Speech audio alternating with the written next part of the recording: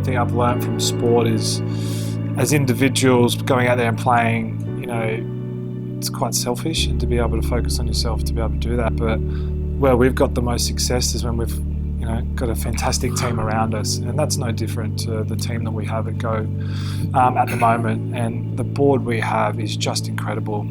The skills that they give, the knowledge that they give, the other boards that they sit on, and the mentoring that they give Michael and I is just fantastic, not only in business but as people as well. There's another founder, James Gallishan, who's been, he's done a lot of the heavy lifting, I guess, when Adam was playing and I was out working. So he was instrumental in the start-up of that. But then obviously our board has been the absolute strength of the foundation, and they share our vision, our dream of what we wanting to do and implement these scholarships, because the early days we were trying to do, I guess, everything for everyone, and as everyone would know, it's great that you've got the energy and the attitude to be able to do that, but it's not sustainable. So we decided to concentrate on education. As I said, we think it's the most important thing for our younger generation coming through. But also to create the next batch of Indigenous role models that are going to be hopefully running the companies that they sit on boards of. That's the pipeline dream.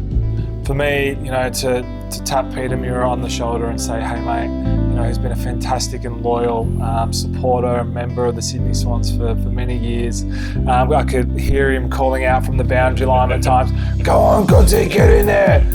He has that very distinct voice, but he's been a fantastic supporter and personal mentor to me. And when I asked him to come on, not only to join the board but to chair it, he was very honoured to be able to take up that position, and he's done a fantastic job in his tenure, and the way he's been able to steer the ship for us has just been great. And the other people that we've asked have all been friends that we've known through business, through football, through the community engagements that we've already had. So I think we're at a point in time now where we've got such a great board that we sort of can target the people and the skills that we need to really help go to the next step.